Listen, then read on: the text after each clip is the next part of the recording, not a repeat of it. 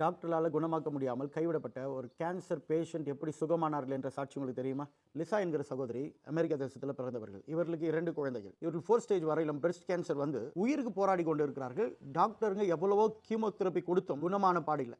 நிலைமை மோசமாய் போய் சரீரம் முழுக்க மெலிந்தவர்களாக, நம்பிக்கை அற்றவர்களாக டாக்டர்களால் கைவிடப்படுறாங்க. ஆனால் லிசா அவர்களுக்கு ஆண்டவர் மேல அளவில்லாத விசுவாசம். அவர்கள் ஏசாயா 53 சொல்லிக் கொண்டே இருப்பாங்க, அவருடைய தழும்புகளால் நாங்கள் குணமாவோம் என்று. அடுத்தது சங்கீதம் 117 சொல்லுது, நான் சாகாமல் பிழைத்திருந்து கர்த்தருடைய செய்கைகளை விவரிப்பேன் என்று. இந்த வசனத்தெல்லாம் சொல்ல ஆரம்பிக்கிறாங்க. அடுத்தது சபையாக அவங்களுக்கு ஜபிக்கிறாங்க. ஒருவன் வியாதிப்பட்டு இருந்தால் மூப்பரை அழைக்க கூடவன், அவங்க எண்ணெயை பூசி ஜபிப்பாங்கன்னு சபையில வந்து ஜப எண்ணெயை போட்டு ஜபிக்கிறாங்க. இந்த சகோதரி ஆண்டவர் விசுவாசிக்கிறாங்க. ஒரு இரவு இவங்க ஜபித்து கொண்டு இருந்தாங்களாம் இவங்களுடைய ரூம்ல. அப்பொழுது சரீரத்தில் ஏதோ ஒரு சூடாக இவர்களை யாரோ ஒரு கம்பளியில போத்துகிற போல ஒரு உணர்வு, சரீரம் முழுக்க சூடானது. மனசுல ஒரு சொல்ல முடியாத தெய்வீக சமாதானத்தை உணர்றாங்க. பிறகு டாக்டர் கிட்ட அவங்க செக்அப் பண்ண போகும்போது ஒரு அதிசயம் காத்திருந்தது.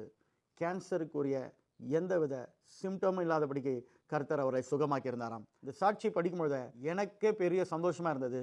ஆண்டவராகிய இயேசு கிறிஸ்து அவரை நம்புகிற யாரையும் கைவிடுகிறதில்ல.